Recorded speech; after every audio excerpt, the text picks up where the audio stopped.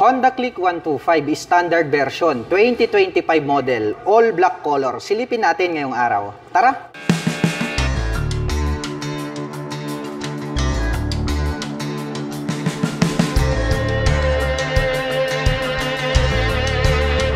The all-new Honda Click 125 2025 version. Ang pogi po pala ng dating. Nito pong kanilang all-black na standard version. Ito pong kanyang headlight para po siyang mata na nanlilisik at naka-full LED na po yan.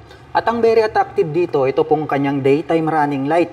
At nagkaroon pa siya ng pins na parang nagsisilbing kanyang mga kilay. At located naman po rito sa bandang itaas, ito pong kanyang mga LED na turn signals. Mapunta naman po tayo rito sa kanyang side profile. Iba na rin po pala. Ito pong kanyang decals. Dito po sa bandang itaas, may nakalagay rito na click in white color, tapos nagkaroon siya ng lining na red color. At dito naman po sa bandang gitna, may nakalagay rito na Honda in white color, tapos combination po siya rito ng gray and then red color. Nagkaroon po yan ng windlet dito na kung saan ay pwedeng pumasok yung hangin at maglaro.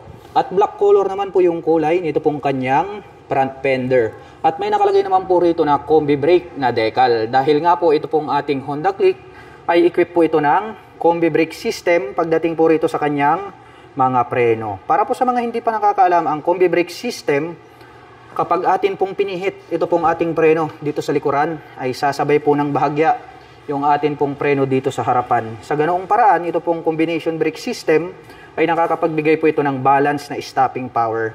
At pagdating naman po rito po sa kanyang front suspension, ito po ay gumagamit ng traditional telescopic fork na black color.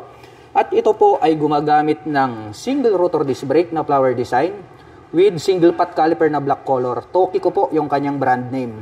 At ito pong kanyang cast wheel is black color po siya. At ang sukat naman po ng kanyang gulong rito po sa harapan, ito po ay mayroong sukat na 90/80-14. Mapunta naman po tayo rito sa bandang itaas. Silipin naman po natin ito pong kanyang fully digital meter panel display. Dito po sa bandang itaas, ito po yung kanyang mga light indicators. At mayroon naman po siya ritong 2 button selectors.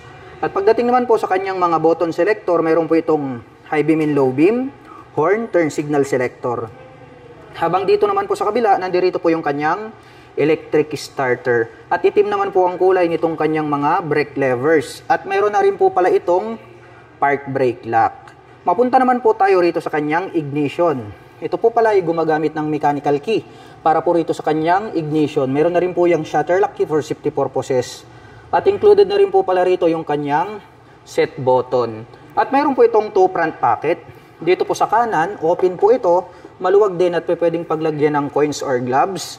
Mayroon din po pala siyang integrated na utility hook dito sa bandang gitna. At dito naman po sa kaliwa, may door po ito, pwedeng buksan, malalim po ito, at pwede po kayo ritong maglagay ng mobile phones. At bukod dyan, mayroon na rin po pala siyang built-in na USB charging port.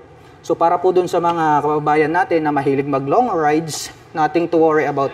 Dahil pwede po kayong mag-recharge ng inyong mga mobile phones at gadgets anytime, anywhere. Yun ang kagandahan dahil nga mayroon na siyang built-in na USB charging port. At ang isa sa mga nagustuhan ko rito sa Honda Click ay maluwag po. Ito pong kanyang footboard. At meron naman po itong plastic cover on top na anti-slip kaya hindi ka dudulas rito. At ito pong kanyang upuan, malapad din po siya at malambot kaya more comfortable din po siyang sakyan. Itim naman po ang kulay nito pong kanyang seat cover. Buksan naman po natin para makita natin ito pong kanyang underseat compartment. Ito po pala ay mayroong 18 liters na underseat compartment.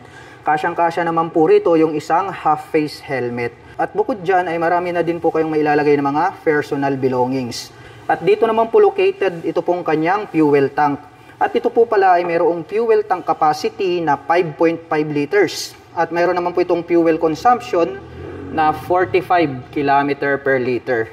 And then ito pong kanyang integrated na grab bar is black color po siya.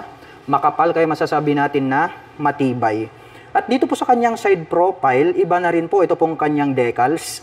May nakalagay po rito na click in white color and then combination with gray. Tas may lining po siya rito na red sa taas at ibaba. At nakalagay naman po rito yung decal na liquid cooled. Dahil nga po, naka-liquid cooling system po itong Honda Click 125. At ito po pala ay equipped with side stand engine cut-off switch. Once po na naka-engage itong side stand, ay hindi na po mag-ooperate ito pong ating scooter. Kaya safe po tayo. Ang Honda Click po ay meron pong 769mm na seat height. Ngayon naman ay susubukan nating sakyan para maipakita ko sa inyo kung gaano nga ba ito kataas. Mababa lang din po pala ito.